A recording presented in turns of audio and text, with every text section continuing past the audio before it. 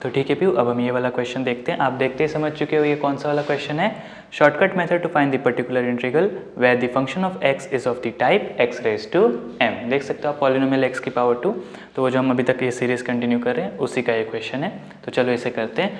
सबसे पहले तो इसके हम कॉम्प्लीमेंट्री फंक्शन CF के लिए सॉल्व करेंगे। तो उसके लिए हमें क्या करना होगा, दिस इक्वल्स टू 0।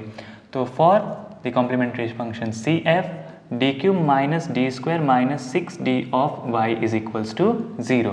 फिर आप जानते हैं कि यहाँ पे आपकी function of d that is D cube minus D square minus 6d को आप क्या कहते हैं, ऑक्सिलरी इक्वेशन।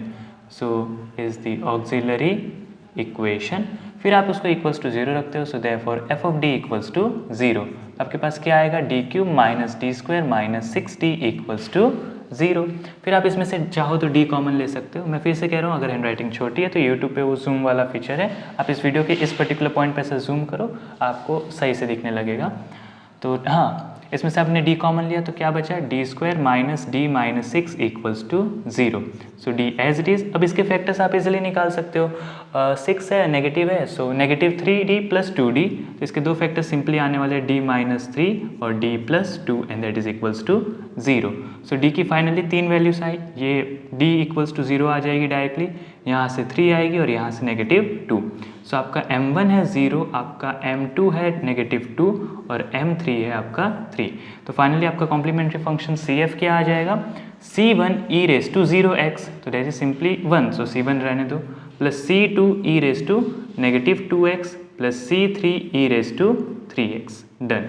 यहाँ पर आ चुकी है आपके इस कॉम्प्लीमेंट्री फंक्शन CF की वैल्यू। अब मेन चीज़ चालू करते हैं, that is the particular integral of this particular question. तो आप तो ये चीज़ जानते हैं कि फॉर पर्टिकुलर इंटीग्रल PI आपका ऑक्सिलरी इक्वेशन चला जाता है डिवीजन में of function of x। Clear.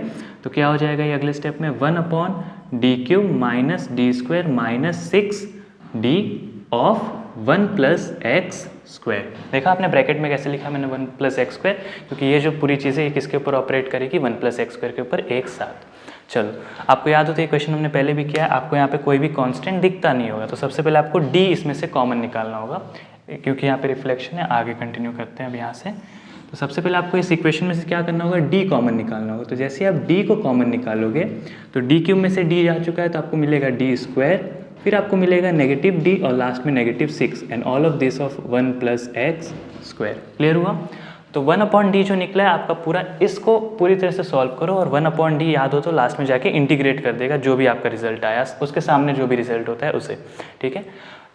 अब जो अंदर लिखा है उस पर ध्यान दो। आपका कांस्टेंट आपको कैसा चाहिए होता है, पॉजिटिव चाहिए होता है। आपको दो आइडेंटिटीज में फिर से लिख देता हूँ, आपको यहाँ पे दिखता होगा। तो अगर 1 plus x the whole inverse होती है तो 1 minus x plus x square minus x cube plus dot dot dot. मैं फिर से कह रहा हूँ, अंदर प्लस है बाहर माइनस है, प्लस माइनस है, तो याद रखना कि 1 प्लस वाली सीरीज में ऑल्टर्ड साइन चलती है।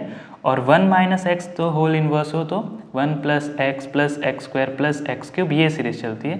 क्योंकि माइनस माइनस प्लस है तो आप याद रख सकते हो सब कुछ माइनस प्लस माइनस है, प्लस माइनस, उसकी वजह से वो ऐसा रिजल्ट नहीं है। वो तो आपने देखा था, मैंने आपको प्रूफ दिखाया था पहली वीडियो में इस टॉपिक के, लॉन्ग डिवीजन से आता है। ये तो मैं सिर्फ आपको याद रखने का तरीका कह रहा हूँ। तो आपको इन दोनों में से कोई एक लाना होता है। आपका कांस्टेंट जो है मतलब 1 आना चाहिए वहाँ पे, लेकिन यहाँ पे आपका कांस्टेंट क्या देगा, अगर आप 6 को कॉमन भी लेते हो तो नेगेटिव 1 रहेगा।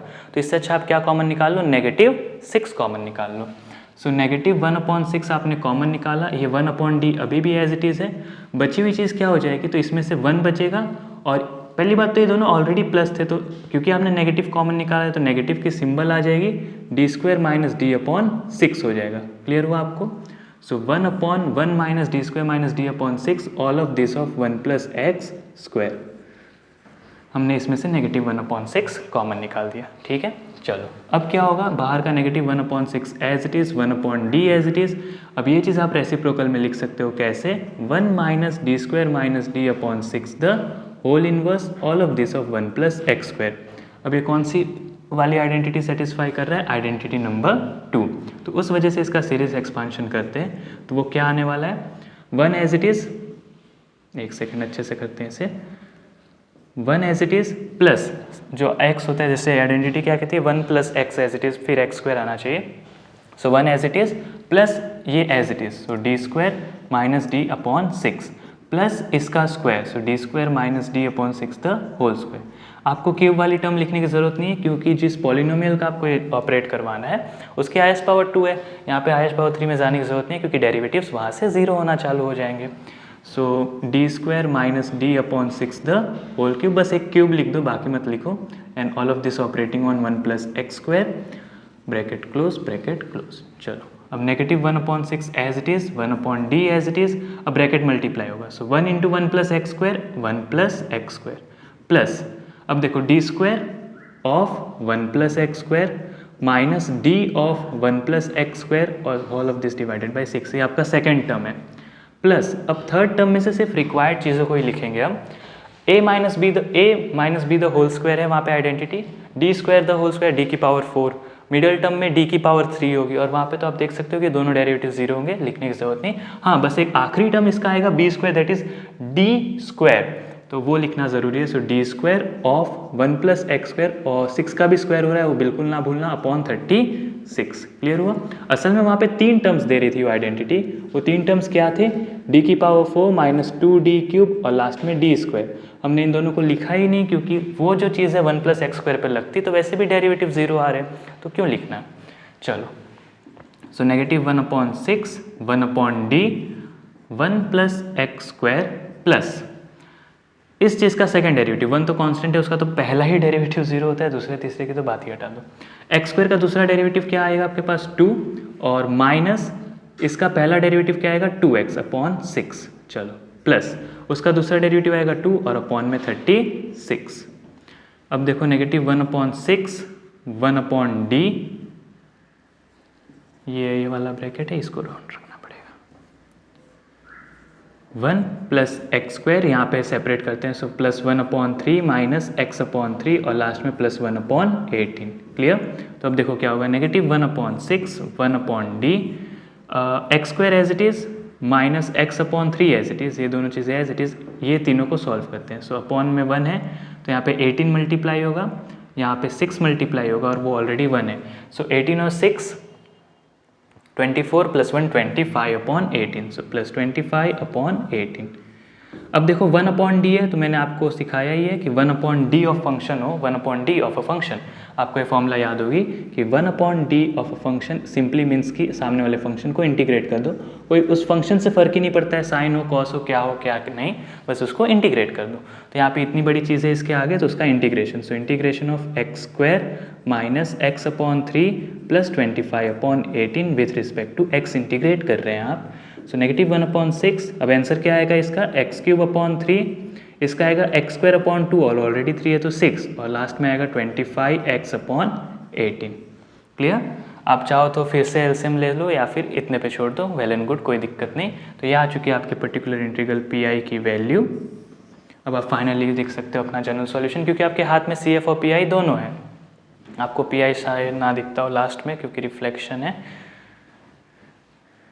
नहीं दिख रहा है, ठीक है। लेकिन फिर भी मैं कहता हूँ आप सुनो, PI क्या है? नेगेटिव 1/6 है, एक्स क्यूब अपॉन 3 है, चलो ना आपको बाजू में लिख देता हूँ यहाँ से। आपका फाइनली PI क्या आया है? Negative 1/6 x cube upon 3 minus x square upon 6 plus 25x/18। ये कैसे आया? तो इसका इंटीग्रेशन करने से। अब आपको ये चीज़ दिखती होगी। हाँ चलो, तो ये जो आ चुकी है आपके फाइनली किसकी वैल्यू आ चुकी है? पर्टिकुलर इंटीग्रल PI की वैल्यू, और ये रही आपकी CF की वैल्यू। दोनों को कंबाइन करके हम हमारा फाइनली जनरल सॉल्यूशन लिख देते हैं यहाँ पर। So finally for general solution y is equals to CF plus PI। So y की वैल्यू कितनी आएगी? C1 plus C2 e raise to negative 2x plus C3 e raise to 3x minus 1/6 x cube upon 3 minus x square upon 6 plus 25x/18। Done. ये आ चुकी है आपके finally y की value, where C1, C2 and C3 are the arbitrary constant. Clear हुआ आपको ये question? ये क्वेश्चन भी काफ़ी इंटरेस्टिंग था, और ये क्वेश्चन अब देख सकते हो इस क्वेश्चन को थोड़ा सा अगर कुछ ट्रिकी बना देता है तो वही है कि इसमें एक फैक्टर निकलता है 1/, ठीक है। तो हमने इस टाइप का ये दूसरा क्वेश्चन देखा है, इससे पहले भी ऐसा एक क्वेश्चन था, आप वो वीडियो शायद देख सकते हो, पहले है वो वीडियो। इस क्वेश्चन में खास बात यही होता है कि इसमें जो आपका ऑक्सिलरी इक्वेशन होता है उसमें से डी नाम का एक फैक्टर निकलता है। देख सकते हो ये ऑक्सिलरी इक्वेशन थी, उसमें से एक फैक्टर निकला डी। उसके बाद से आइडेंटिटी वगैरह सब अप्लाई करते हो वैसे ही करो, और वो जो डी है वो लास्ट में एक स्टेप ऐड कर देता है और वो है आपके फंक्शन को इंटीग्रेट करवाना। लेकिन आपको ये बहुत ही आपका जो पाथ है सॉल्व करने का वो क्लियर होना चाहिए कि हाँ ये दिखे तो डी निकाल लिया, फिर जो आया उसमें से, उसमें भी आपको ध्यान रखना होता है कि आपको 1 प्लस समथिंग या 1 माइनस समथिंग बनाना है, तो उस हिसाब से कुछ कॉमन निकाला, उसके बाद से आइडेंटिटी ठीक से अप्लाई करो, किस टर्म्स को नेग्लेक्ट करना है, किस टर्म्स को लिखना है उस पर ध्यान दो। मतलब ये जो चीज़ है shortcut method of x raise to m उतना डिफिकल्ट नहीं है, बट बात यही है कि इसकी प्रैक्टिस आप जितनी करोगे ना, तो चीज़ यही होती है ना कि किसी चीज़ की इतनी प्रैक्टिस कर लो कि आपकी वो माइंड मेमोरी से निकल के मसल मेमोरी में आ जाए। मतलब आप माइंड से सोच भी रहे हो कि, लेकिन आपकी मसल मेमोरी, मतलब उस प्रैक्टिस इतनी कर लो कि आपकी माइंड मेमोरी से मसल मेमोरी आ जाए। मैं तो यही कहता हूँ, इसका कुछ मतलब नहीं है वैसे, बस मैं कहता हूँ। हाँ, तो उतनी प्रैक्टिस कर लेनी चाहिए तो आपसे मिस्टेक्स कम होंगी और चीज़ें भी आपको ईजिली याद रहेंगी। तो आप एक बार सॉल्यूशन देख सकते हो, एक बार में पूरा सॉल्यूशन आप चाहो तो, ठीक है। और वापस से याद दिलाता हूँ, यहाँ पे लिखना ना भूलना C1 C2 C3 आदि आर्बिट्ररी कांस्टेंट। क्लियर? चलो, और फिर से कहता हूँ टेंशन नहीं लेना, मैं हूँ, आपके सारे टॉपिक्स करवा दूंगा, डरने की ज़रूरत नहीं है। ऐसे और भी क्वेश्चंस प्रैक्टिस करवाऊंगा मैं। और इसके बाद से मेरे हिसाब से और 4-5 टॉपिक बचे हैं इस चैप्टर को ख़त्म होने में, फिर आपका सब कुछ हो जाएगा। आपको याद नहीं चैप्टर क्या है? Differential equations with degree 1 but order high. मतलब आपके जो डिफरेंशियल टर्म्स है उनके ऑर्डर हाई है, second derivative, third derivative, fourth derivative. लेकिन कभी भी ऐसा नहीं आएगा कि फोर्थ डेरिवेटिव की सेकंड पावर, ऐसा भी आप डील नहीं करोगे। और उसमें भी कौन से डील कर रहे हो? Constant coefficient. मतलब इन सब डिफरेंशियल टर्म्स के साथ अभी भी कोई वेरिएबल टर्म मल्टीप्लाई नहीं हो रहे, नंबर्स ही मल्टीप्लाई हो रहे। क्लियर है? चलो ठीक है, बिल्कुल टेंशन मत लेना, मैं हूँ, आपसे हो जाएगा सब कुछ, मुझे आप पे कॉन्फिडेंस है, आप कर लोगे, और मैं तो हूँ ही साथ में। ठीक है, बिल्कुल टेंशन नहीं लेना, मैं हूँ ना। ठीक है।